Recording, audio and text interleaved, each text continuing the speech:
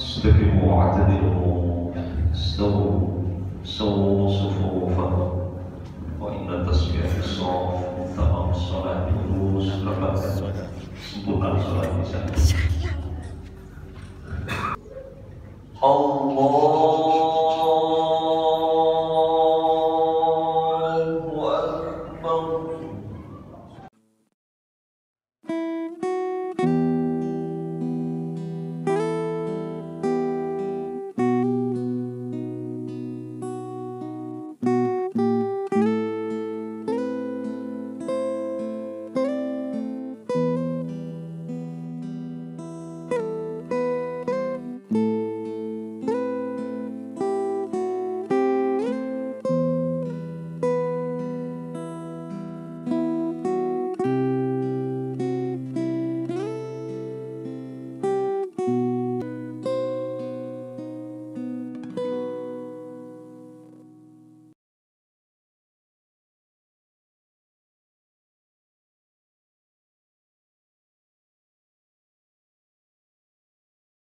Bismillahirrahmanirrahim.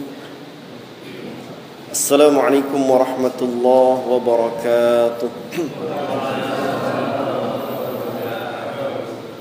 Alhamdulillahilladzi bi ni'matihi tatimmus shalihat wa asyhadu an la ilaha illallah wahdahu la syarika lah wa asyhadu anna Muhammadan 'abduhu wa rasuluh. Allahumma salli wa sallim wa barik wa an'im على أشرف الأنبياء والمرسلين سيدنا محمد صلى الله عليه وسلم وعلى آله وأصحابه ومن تبعهم بإحسان إلى يوم الدين. أما بعد فإني أوصي نفسي وإياكم بتقوى الله فقد فاز المتقون. يقول الله تبارك وتعالى: أعوذ بالله من الشيطان الرجيم. يا أيها الذين آمنوا اتقوا الله حق تقاته ولا تموتن إلا وأنتم مسلمون. Jemaah sekalian rahimani wa rahimakumullah, kita lebih memanfaatkan di kesempatan awal dalam pertemuan ini, di saat Allah Subhanahu wa taala sedang menurunkan hujan rahmat untuk hamba-hambanya. Mari kita berdoa, mohon diaminkan. Rabbana zidna ilman, Rabbana rzuqna fahman, Allahumma aslih lana dinana alladhi wa ismatu amrina وأصلح لنا دنيانا التي فيها معاشنا وأصلح لنا آخرتنا التي إليها معادنا واجعل الحياة زيادة لنا في كل خير واجعل الموت راحة لنا من كل شر. اللهم آت نفوسنا تقواها وزكها أنت خير من زكاها أنت وليها ومولاها. اللهم إنا نعوذ بك من علم لا ينفع ومن قلب لا يخشع ومن نفس لا تشبع ومن دعوة لا يستجاب لها. ربنا اغفر لنا ولوالدينا وللمؤمنين يوم يقوم الحساب. ربنا آتنا في الدنيا حسنة وفي الآخرة حسنة وقنا عذاب النار. اللهم اجعلنا من المخلصين. يا مقلب القلوب ثبت قلوبنا على دينك. اللهم أحينا على الإسلام والسنة. اللهم أمتنا على الإسلام والسنة. اللهم آمين. Kaum muslimin dan muslimat jemaah Masjid Al-Ikhlas rahimani wa rahimakumullah. Semoga Allah Subhanahu wa taala menjadikan kita semua, anak keturunan kita, orang yang bertakwa kepada Allah Subhanahu wa taala. Hamba-hamba Allah yang bertakwa kepada Allah Subhanahu wa taala. Allahumma amin. Pada kesempatan yang penuh berkah ini, kita akan mengkaji pembahasan salat di dalam kitab Matan Al-Imam Abi Syuja', Madhab Imam Asy-Syafi'i rahimahumallah ta'ala. Nama kitabnya Matan Abi Syuja', atau juga dikenal dengan Al-Ghayah wat Taqrib, Madhab Imam Asy-Syafi'i rahimahullah ta'ala. Ada beberapa pembahasan yang akan disampaikan. Sekitar ada 4 pembahasan, termasuk insyaallah semoga Allah berikan kesempatan, waktu yang berkah untuk kita mempraktekkan apa yang nanti sudah kita pelajari. Ada pepatah di kalangan orang Arab, fahmus su'al nisful jawab, memahami pertanyaan itu separuh dari jawaban. Maka ketika kita insyaallah memahami materi yang akan disampaikan, ini setengah dari pencapaian tujuan belajar itu sendiri. Disempurnakan nanti dengan prakteknya, dengan amalannya. Nah, yang pertama jamaah sekalian, kita bermohon keberkahan dari Allah Subhanahu wa taala dengan membaca matan Al-Imam Abi Syuja' ini rahimahullah taala. Bismillahirrahmanirrahim. Qala al-musannif rahimahullah taala, faslun fi syara'iti wujubis salati. Pembahasan tentang syarat wajib salat. Syarat wajib salat. Ini pembahasan yang pertama. Wa syara'itu wujubis salah thalathatu asya', al-islamu wal bulughu wal 'aqlu wa huwa haddut taklifi. Syarat-syarat wajibnya salat, artinya perintah untuk melaksanakan salat, jika memenuhi 3 perkara, barulah hukum wajib ini berlaku untuk seseorang. Artinya syarat-syarat ini di luar dari pelaksanaan sholat. Jadi masih di luar. Berbeda dengan rukun. Kalau rukun itu adanya di dalam sholat. Syarat wajib, syarat sah sholat itu adanya di luar sebelum pelaksanaan sholat. Yang pertama, al-islamu, beragama Islam, sudah bersyahadat dengan 2 kalimat syahadat, asyhadu an la ilaha illallah wa anna muhammadan rasulullah. Sebagaimana Rasulullah sallallahu alaihi wasallam memberikan jawaban di saat malaikat Jibril alaihissalam bertanya tentang rukun Islam. Rasulullah sallallahu alaihi wasallam menjawab ada 5. Setelah 2 kalimat syahadat datang perintah salat. Yang pertama al-Islam, beragama Islam. Yang kedua wal bulughu, sudah sampai usia baligh. Yang ketiga wal aqlu, berakal alias waras, tidak gila. Wa huwa haddut taklifi. Semua yang tadi disebutkan, yang pertama apa Pak? Beragama Islam.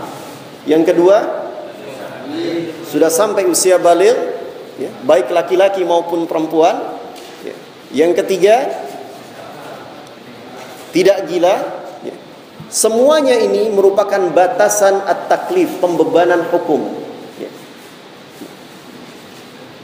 Orang Islam yang mendapat kewajiban, perintah salat khususnya ya, karena pembahasan kita adalah salat ya, disebut dengan mukallaf. Apa? Mukallaf. Jadi orang yang dibebani hukum syariat tersebut itu disebut mukallaf. Nah, jika salah satunya tidak ada, maka tidak berlaku syarat wajib salat ini. Kita sebutkan misalnya, dia beragama Islam, dia sudah sampai usia baligh.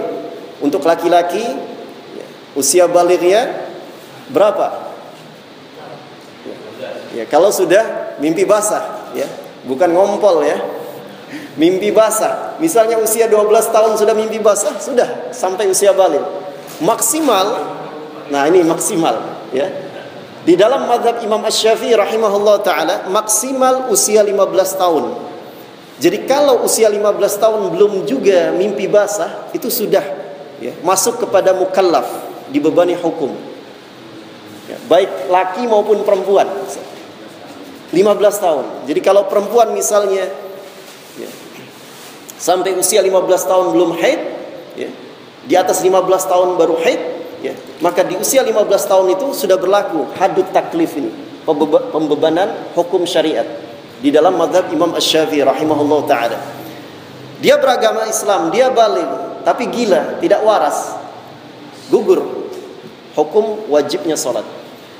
Dia beragama Islam, dia waras, tapi belum baligh, belum berlaku juga hukum wajib salat. Dia baligh, dia berakal, tapi bukan beragama Islam, juga tidak berlaku hukum wajib salat. Maka harus ada ketiganya.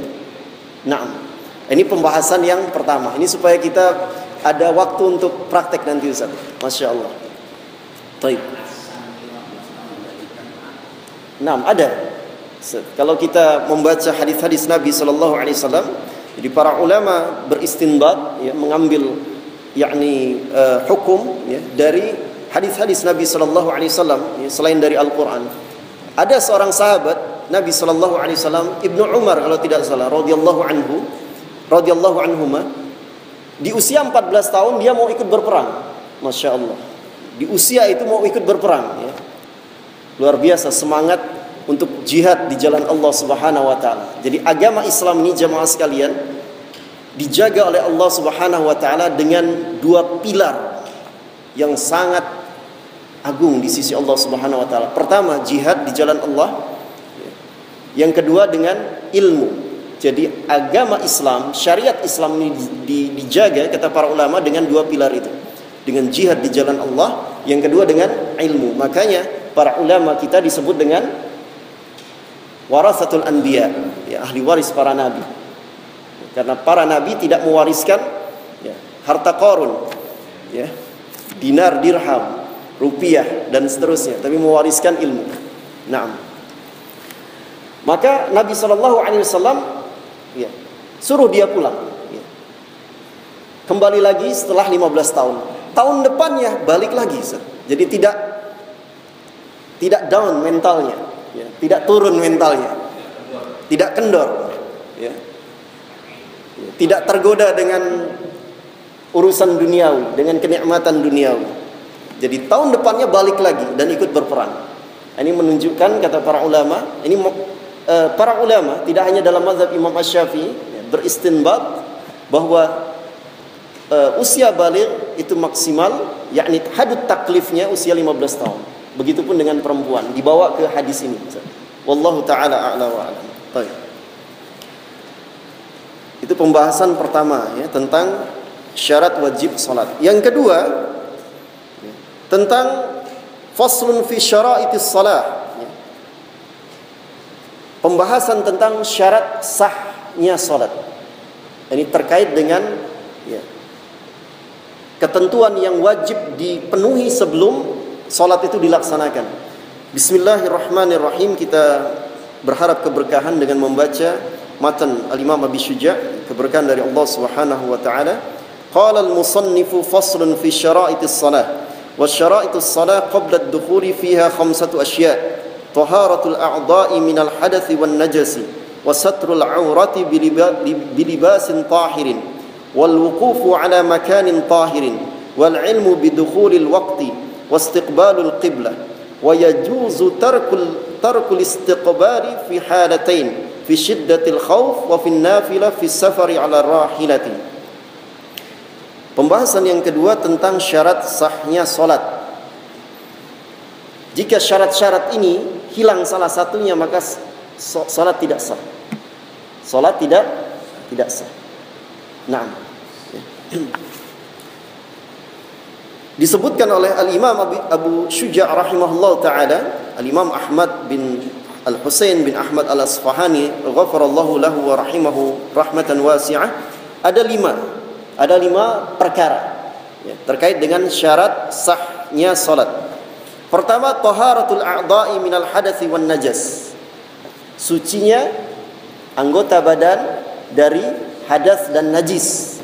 Hadas ini keadaan, hadas kecil, hadas besar. Hadas kecil diangkat dengan berwudu, dengan tayamum. Hadas besar apa Ustaz? Masya Allah. Masya Allah, mandi janabah ya. Masya Allah. Nah, hadas besar diangkat dengan mandi janabah ya. Atau kalau tidak ada air, atau ada air tapi bisa membahayakan tubuhnya, dengan tayamum. Cukup dengan tayamum. Sebagaimana kisah seorang sahabat Nabi SAW dalam safar, beliau janabah, mandi yakni mimpi basah ya. Di saat itu cuacanya sangat dingin, di kepalanya ada luka. Maka para sahabat yang lain ketika diminta jawaban dia bertanya, apakah saya tetap mandi? Apa kata para sahabat yang hadir? Iya, tetap mandi. Ketika dia mandi, memang kematian sudah tiba untuknya ajal tiba. Setelah yakni ketika mandi dia wafat.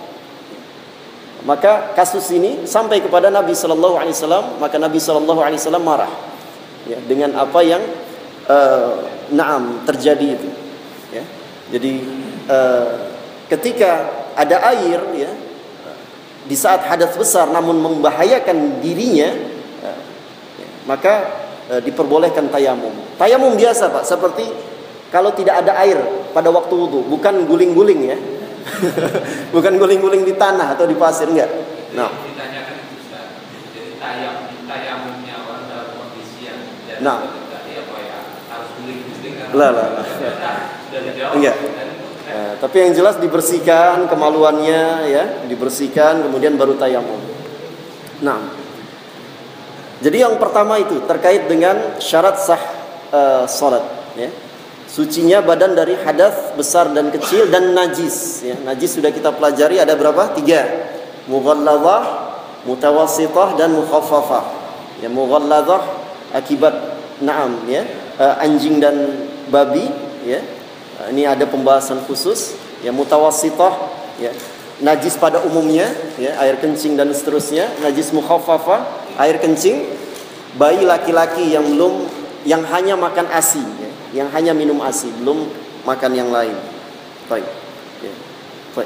Itu yang pertama. Yang kedua, menutup aurat dengan pakaian yang suci tentunya. Batas aurat laki-laki kata Nabi sallallahu alaihi wasallam ma baina as-surrah wa rukbatain Anggota tubuh antara yakni pusar dan lutut jadi di atas lutut dan di bawah pusar. Jadi kalau ada misalnya yang sholat yang sholat pakai sarung gitu misalnya, pakai sarung aja sarungnya itu yakni di pusar kemudian sarungnya katakanlah di lutut itu sah sholat meskipun nggak pakai baju tapi tidak ada adab di hadapan Allah Subhanahu wa taala. Itu masalahnya.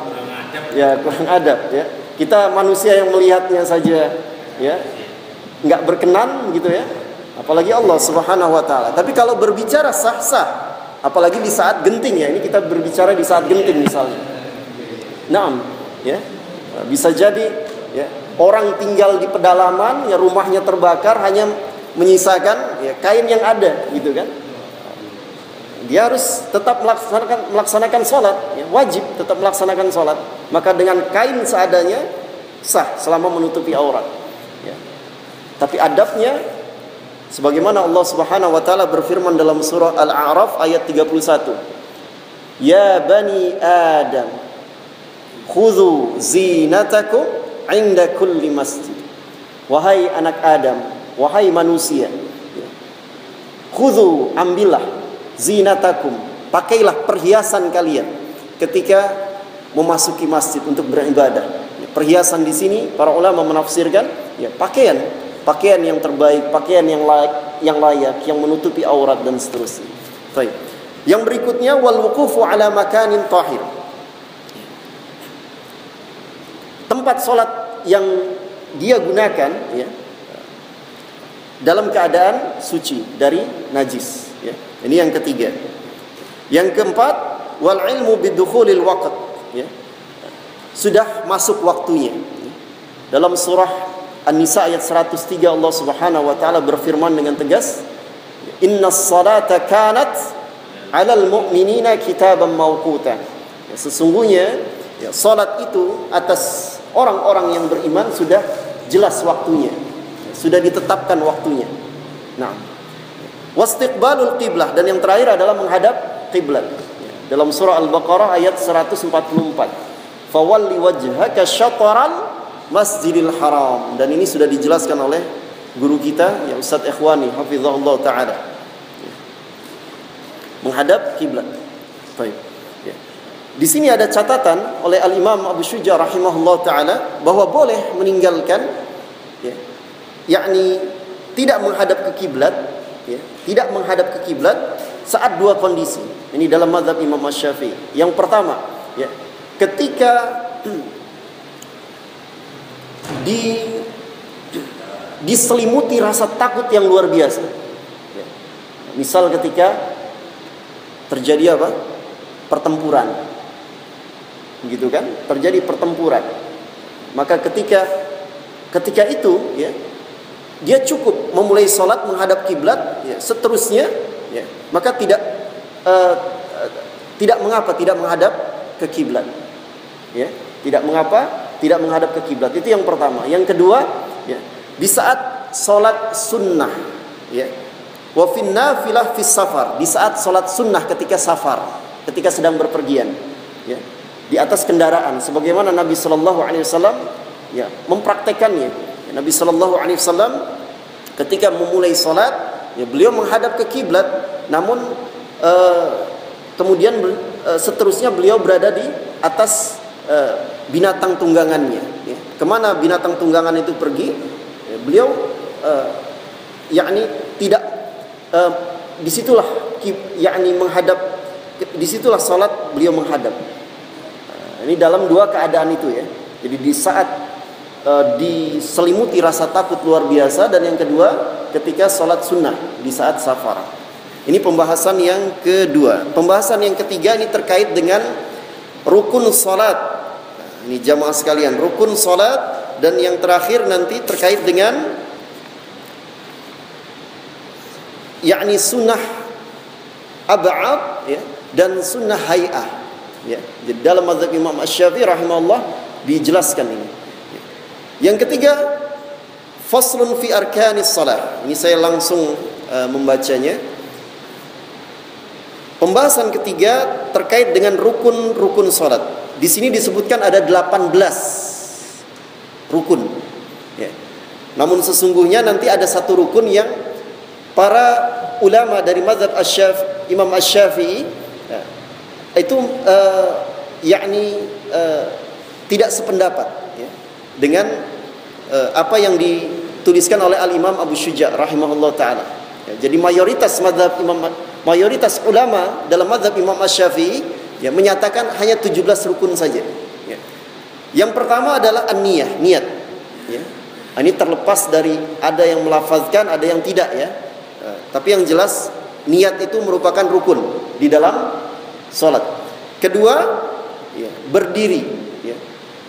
Kedua berdiri, ya, selama mampu. Ketiga, takbiratul ihram, ucapan Allahu Akbar ketika memulai salat. Keempat, ya, membaca surah Al-Fatihah, termasuk di dalamnya Bismillahirrahmanirrahim, karena bagian dari surat Al-Fatihah. Ini dalam mazhab Imam Asy-Syafi'i rahimahullah ta'ala. Kelima, rukuk. Ya. Keenam, tumakninah ketika rukuk. Ketujuh, ya, i'tidal, ya. Jadi mengangkat, ya, mengangkat tubuh, ya, setelah rukuk, kemudian i'tidal. Kedelapan, tumakninah di dalamnya. Kesembilan, sujud. Ya. Kesepuluh, tumakninah, ya, di dalam sujud. 11, duduk di antara dua sujud. 12, tumakninah di antara dua sujud. Ya. Ke-13, duduk terakhir. Ini rukun, duduk terakhir. Ya. Yakni rakaat terakhir. Ya. Ke-14, tasyahud. Tasyahud akhir. Ya. Tasyahud akhir. Ke-15, bersalawat, ya, kepada Nabi SAW, salawat Ibrahimiyah. Ya. Ke-16, ya, salam yang pertama. Ini rukun. Salam yang kedua bukan rukun. Ya. Di dalam mazhab yang lain pun demikian. Ya. Salam yang pertama itu rukun. Ya. Ke-17, ya, niat keluar dari sholat. Inilah yang berseberangan dengan mayoritas ulama mazhab Imam Asy-Syafi'i. Jadi yang ke-17 ini tidak ada di dalam rukun sholat. Ya. Jadi cukup dengan yang ke-17 ini niat keluar dari sholat. Jadi ketika salam pertama itu kan rukun, ya, kemudian niat keluar dari sholat. Ini tidak ada. Jadi cukup, ya, niat yang pertama itu. Ya. Jadi tidak perlu niat keluar dari sholat lagi. Dan yang terakhir, tartib, melakukan rukun. Jadi harus berurutan, ya. Tidak boleh tidak berurutan. Ini terkait dengan rukun sholat. Dan terakhir, ini terkait dengan sunnah ab'ad dan sunnah hay'ah. Nah, sunnah ab'ad di dalam mazhab Imam Asy-Syafi'i, ya, ini ada 3. Kalau, ya,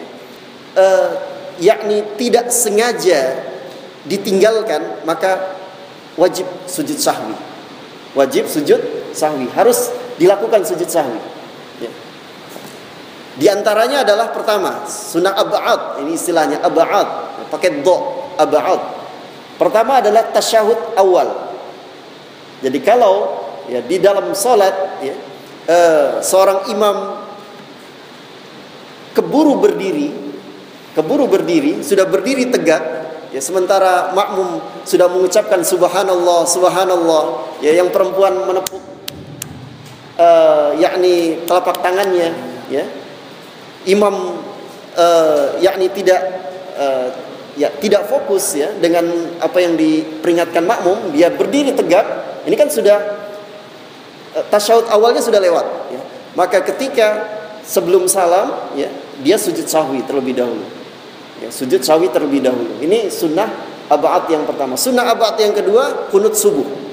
Ya, di dalam mazhab Imam Asy-Syafi'i, ini misalnya Ustaz Muhtaram, ya, terlewat kunut subuh, ya, maka sebelum salam wajib untuk sujud sahwi di dalam mazhab Imam Asy-Syafi'i. Ya, maka kalau ada, ya, di sebuah masjid, ya, biasanya kunut, ya, tiba-tiba tidak kunut, ya, imamnya tidak sujud sahwi, berarti dia belum paham terhadap fikih mazhab Imam Asy-Syafi'i. Jadi wajib sujud sahwi, ya. Dan yang terakhir adalah witir setelah separuh Ramadan. Ya, jadi 15 Ramadan, ya, setelahnya itu kunut witir, ya, kunut witir, ya, kunut witir. Jadi kalau terlewat di hari ke-6 antara 16 sampai terakhir, ya, kunut witirnya tidak dilakukan, maka lakukan sujud sahwi. Itu di dalam mazhab Imam Asy-Syafi'i rahimahullah ta'ala. Nah, itu terkait dengan sunnah ab'ad yang harus digantikan dengan sujud sahwi. Nah, sekarang sunnah hay'ah.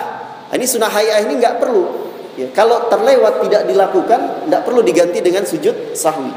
Ya, ada berapa? Ada 15. Ya. Pertama, mengangkat kedua tangan, ya. ketika takbiratul ihram. Mengangkat kedua tangan ketika takbiratul ihram. Ini saya baca dulu. Yang kedua, ya, mengangkat tangan ketika hendak rukuk.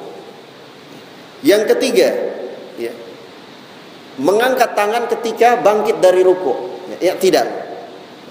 Nah, yang keempat, ya, meletakkan tangan kanan di atas tangan kiri. Ya. Yang kelima, at-tawajjuh. At-tawajjuh itu istiftah. Disebut tawajjuh karena memang dalam mazhab Imam Asy-Syafi'i yang biasa dipakai wajjahtu wajhiyah.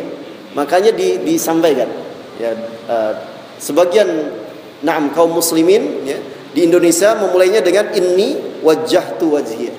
Ya. Kemudian yang keenam, isti'adzah, mengucapkan a'udzubillahi minasyaitonirrajim sebelum membaca Al-Fatihah, ya, di rakaat yang pertama. Yang ketujuh, ya, yakni mengeraskan, ya, suara ketika salat jahar, ya, dan mensirkan suara ketika salat yang sir, ya. Salat yang sir ada dua, ya, zuhur dan asar. Salat zahar selainnya, maghrib, isya dan subuh. Yang kedelapan, mengucapkan amin. Yang kesembilan, ya, membaca surah setelah Al-Fatihah. Yang kesepuluh, ya, takbir, yakni takbir al-intiqal, ya, takbir al-intiqal, ya, ketika hendak ruku, ketika bangkit dari ruku, ya. Nah, yang ke-11, ucapan sami Allahu liman hamidah, Rabbana walakal hamdu. Ini berlaku ketika salat berjamaah juga, ya, di dalam mazhab Imam Asy-Syafi'i. Jadi ucapan sami Allahu liman hamidah, ya. Dalam sebagian mazhab tidak, ya, dalam sebagian mazhab cukup imam yang mengucapkan sami Allahu liman hamidah, makmum yakni menyambungnya dengan Rabbana walakal hamdu. Nah, yang ke-12, ya, yakni zikir ketika rukuk dan sujud, ya, bertasbih, ya, subhana rabbiyal azim ketika rukuk, subhana rabbiyal a'la ketika sujud. Yang ke-13, ya, meletakkan kedua tangan, ya, di atas paha. Nah, ini di atas paha ketika tasyahud, ya, kecuali telunjuk, ya, karena digunakan untuk isyarah ketika isyarat, ya, ketika tasyahud. Ya, di dalam mazhab Imam Asy-Syafi'i mengarahkan telunjuk itu ketika asyhadu alla ilaha illallah dan seterusnya, ya. Di dalam mazhab yang lain seperti Imam Malik dari awal, ya. Imam Ahmad ketika lafzul jalalah itu disebutkan, lafzul jalalah disebutkan, angkat. Sudah lewat, berhenti, ya. Naam, di dalam mazhab Imam Abu Hanifah, ya, ketika asyhadu alla seterusnya. Nah, ini ijtihad para ulama, tidak perlu diperselisihkan, dibenturkan, diributkan. Nah, itu terkait dengan terkait dengan sifat. Ada hadis, ya, yang berbicara tentang itu, ya. Tahrik namanya, tahrik as-sababah, ya. Itu ada pembahasan tersendiri, ya. Tapi tahrik itu jangan dimodifikasi sendiri, ya. Jangan seenaknya putar begitu, jangan, Pak. Ada tata caranya yang disampaikan para ulama. Namanya tahrik itu gerakan cepat dia, bukan turun. Ini namanya menurunkan, menaikkan, gitu kan. Tahrik itu cepat dia. Nah, dan yang keberapa ini? Yang ke-14, ya, iftirash, ya, duduk iftirash, ya. Seperti tasyahud awal itu iftirash, ya, ditegakkan, ya, yakni telapak kaki kanannya. Dan yang terakhir adalah yang ke-14 at-tawarruk, ya, duduk tawarruk ketika tasyahud akhir, ya. Yang terakhir yang ke-15, ya, salam yang kedua. Jadi salam yang kedua. Jadi kalau misalnya salam yang kedua ini tidak dilakukan, ini nggak perlu sujud sahwi, ya, karena ini termasuk sunnah hay'ah. Nah, kita praktekkan, ya, jamaah sekalian. Ini mohon izin. Bismillah. Baik. Nah, ini terkait dengan rukun, ya. Ini rukun sekaligus yakni sunnah hay'ahnya. Ya, ketika kita hendak sholat, ya, kita hadirkan niatnya. Ini terlepas dari dilafazkan atau tidak, ya, kita tidak fokus ke sini. Jadi fokus menghadap kiblat, ya. Apa Nah, antara laki perempuan ada perbedaan nggak? nah ada Ustaz, dalam fikih. Misalnya ada ibu-ibu. Nah, masya Allah, dalam fikih mazhab Imam Syafi'i ada perbedaan. Nanti kita akan sebutkan di sini sekaligus praktekkan. Pertama, rukunnya apa? Niat, sudah niat, kemudian takbiratul ihram. Allahu Akbar. Jadi bacaan Allahu Akbar itu rukun. Jadi kalau Allahu Akbar saja kemudian langsung begini tidak ada masalah. Ya. Tapi dia sudah hilang, ya. Yakni mendapatkan sunnah, ya, kebaikan sudah hilang. Nah, ini harus sempurna kita melakukan salat sebagaimana yang Nabi Shallallahu Alaihi Wasallam ajarkan. Allahu Akbar. Ini sejajar dengan bahu atau sejajar dengan daun telinga. Jadi tidak perlu sengaja mohon izin ya, ditempelkan begini supaya sejajar. Ya, tidak perlu, dikira-kira saja Pak. Ya, dikira-kira. Jadi ujung jari ini sejajar dengan ini. Nah, dikira-kira saja. Ya. Dan dirapatkan yakni sewajarnya. Ya. Dirapatkan sewajarnya. Yang nggak wajar ini bagaimana sampai begini nih, dirapatkan begini, kaku jadi enggak, jadi dirapatkan saja sewajarnya. Wah ini, enggak, ini sewajarnya saja, ya. Sewajarnya dilakukan. Baik. Nah, Allahu Akbar, ini sejajar atau Allahu Akbar, ya. Ini rukun kan? Mengangkat tangannya sunnah tadi kan? Ya, kemudian meletakkan tangan kanan di atas tangan kiri. Posisi di mana para ulama berbeda pendapat. Ada kelonggaran. Ya. Bisa di sini, di atas perut, gitu kan? Di atas pusar. Ya. Kalau orangnya gemuk, enaknya di mana? Di atas pusar kan? Kalau ya, misalnya di daerah sini itu rasanya kurang nyaman dia meletakkan tangannya, ngap ya Pak ya. Jadi ini ada kelonggaran ya. Imam Ahmad di atas pusar, gitu kan? Imam Syafi'i di sini, ya, kurang lebih. Nah, ya. Ada yang berlebihan sampai ke sini. Ini berlebihan Pak. Nah, seperti ini berlebihan di atas dada. Ya, ada hadis ya di atas dada, namun sebagian para ulama, terutama imam mazhab ini mendhaifkannya. Ya, mendhaifkan di atas dada itu ya sewajarnya saja. Ya, artinya ada kelonggaran, jangan di atas dada sampai di sini gitu. Ini enggak. Ada Pak, saya pernah lihat. Ya, itu berlebihan. Jadi posisi tangan di mana ini ada kelonggaran. Yang jelas kita pelajari sifatnya. Ya. Rasulullah SAW ya, ada beberapa sifat. Pertama, ya, telapak tangan kanan ini, ya, sebagian yang mengenai telapak tangan kiri. Sebagian yang mengenai pergelangan, sebagiannya di atasnya. Jadi seperti ini, Pak. Ini satu pertama ya. Bisa di sini, ya, bisa di sini. Ya. Nah, yang kedua, ya, pas di pergelangan bertemu dengan pergelangan. Pergelangan bertemu dengan pergelangan. Atau digenggam, Pak. Seperti ini, Pak. Digenggam. Ini cukup seperti itu.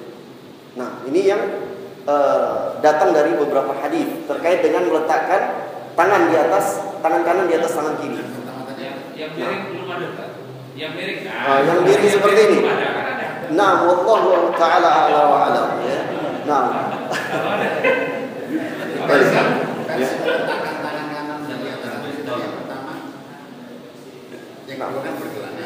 Ya, yang pertama, nah, sebagian tangan kanan mengenai punggung tangan kiri, mengenai pergelangan dan mengenai atas pergelangan seperti ini.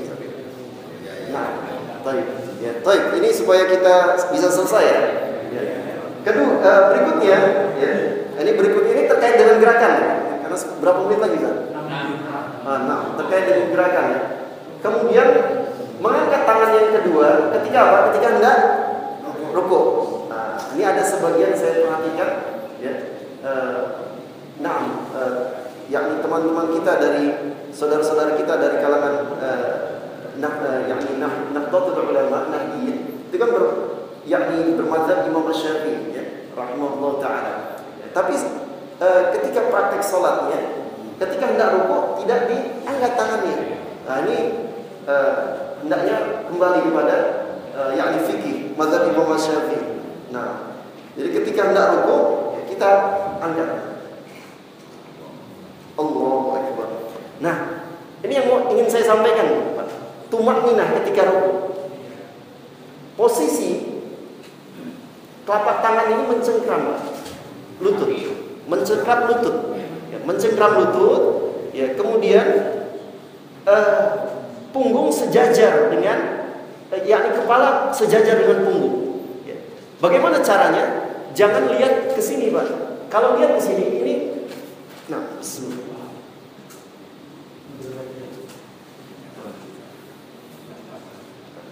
Nah, lihatnya ke sini, Pak. Ini sejajar. Nah, kalau lihatnya ke sini, kepala nggak sejajar atau mendongak gini. Ini nggak sejajar. Lihat ke tempat sujudnya, Pak. Coba misalnya letakkan aqua di atas punggung saya, Pak. Coba. Masya Allah, semangat sekali, Pak. Ambil lagi, Pak. Nah, posisi yang di kepala dan punggung tumakninah. Jangan terlalu ke bawah, Pak. Jangan seperti ini. Ini nanti merosot. Ya, kalau ditaruh di atas punggung gelas itu merosot nanti. Ya. Jadi enggak seperti ini, tapi naam. Kedua tangan kita ini agak dijauhkan dari kedua sisi badan. Agak dijauhkan. Ya, seperti tadi ini, Pak. Nah, berbeda dengan perempuan.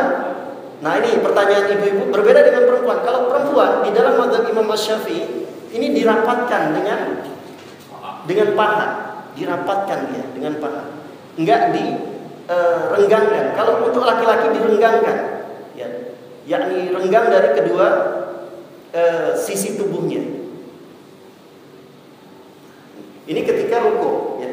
Bangkit dari rukuk, sami Allahu liman hamidah. Rabbana wa lakal hamd. Nah, ketika sujud, ya, ini ketika sujud. Ini yang perlu diperhatikan, Pak. Ini mohon izin ya, Ustaz ya, untuk imam. Kaki posisinya kan rata-rata kan? Nggak terlalu ini kan? Nah, posisi kaki, ya, ini sewajarnya saja. Sejajar dengan bahu. Sejajar dengan bahu. Jangan menguasai sajadah ya. Sajadah lebar segini dikuasai gitu. Jangan. Yang kedua kadang-kadang terlalu rapat, Ustaz. Kaki itu mepet. Mepet begini, Ustaz. Ini juga, nah, kecuali ketika sujud, Ustaz. Nah, ini di dalam sujud, ini kan ada sebagian orang ya, berkeyakinan bahwa ketika ruku itu, ketika sujud, kaki dirapatkan seperti ini. Mohon maaf ya, mohon izin ya. Jadi ketika sujud, ini bisa lutut duluan, bisa tangan. Itu ada kelonggaran. Misalnya lutut duluan. Allahu Akbar. Nah, ini dijauhkan. Pertama ini bisa dirapatkan kakinya, bisa renggang. Tapi sewajarnya saja ya. Renggang itu jangan renggang begini. Ya, sewajarnya saja. Ya, seperti ketika berdiri. Nah, ini kedua-duanya dibolehkan.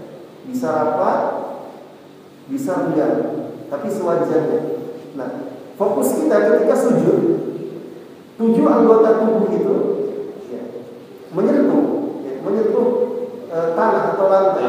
Nah, untuk laki-laki, ya, ini direnggangkan. Ya, kedua tangan, ini posisi yang memang memungkinkan ya untuk kita lakukan. Kalau misalnya softnya rapat, ya nggak bisa kita paksakan begini, Pak. Ya, ini mengganggu orang di sebelah ya. Nah, jadi kedua tangan ini, ya, ini sejajar dengan bahu atau sejajar dengan telinga. Jadi sejajar dengan bahu, ya, atau sejajar dengan telinga. Dijauhkan dari kedua sisi. Ini untuk laki-laki. Ya. Posisi perut ini dijauhkan dari paha. Kalau perempuan ini didekatkan ke lambung, jadi dirapatkan ke lambung. Iya, dipepetkan ke lambung. Ya. Jadi tidak diregangkan seperti laki-laki. Ya. Nah, ini posisi duduk iftirash, ya.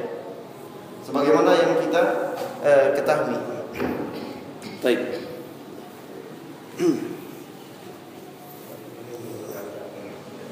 Baik, jemaah sekalian rahimani wa rahimakunallah. Ya. Untuk sementara kita cukupkan sampai di sini. Tapi yang jelas, ya, niat di dalam mazhab Imam Asy-Syafi'i ini termasuk ke dalam rukun sebagaimana yang kita pelajari. Wallahu taala a'la wa a'lam. Kita berdoa kepada Allah Subhanahu wa taala. Allahumma qsim lana min khasyatika ma tahulu bihi bainana wa baina ma'asik, wa min ta'atika ma tuballighuna bihi jannatak, wa min al-yaqini ma tuhawwinu bihi 'alaina masa'ib ad-dunya.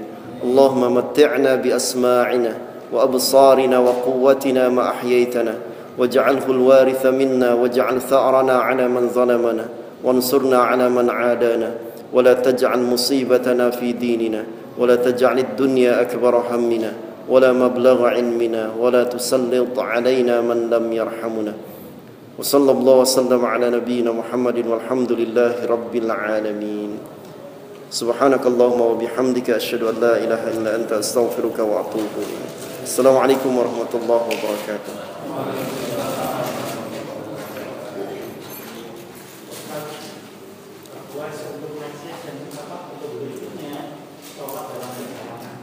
نعم Insyaallah. Masya Allah, insyaallah. Nah, termasuk terkait dengan ini Ustaz, gerakan yang membatalkan sholat dalam mazhab Imam Asy-Syafi'i itu kalau 3 kali berurutan, ya, seperti soft di depan situ kita 1, 2, 3 batal sudah. Di dalam Imam Asy-Syafi'i. Kalau tidak mau batal 1, 2 berhenti dulu. Ada jeda. Waduh. Nah, Allah kalau waktu itu bagaimana Ustaz? Tahu saya imamnya. Ya langsung aja kalau waktu itu praktek aja. Ini supaya jangan langsung begini langsung ke depan itu karena bahkan cepat. Nah, karena kejahilan, ketidaktahuan, yakni dimaafkan. Karena keadaan itu enggak direncanakan. Nah, tapi kalau ilmu mandi wajib sudah ya Ustaz ya? Itu cukup dengan Pak Marno aja mandi wajib. Oh, siap. Bismillah.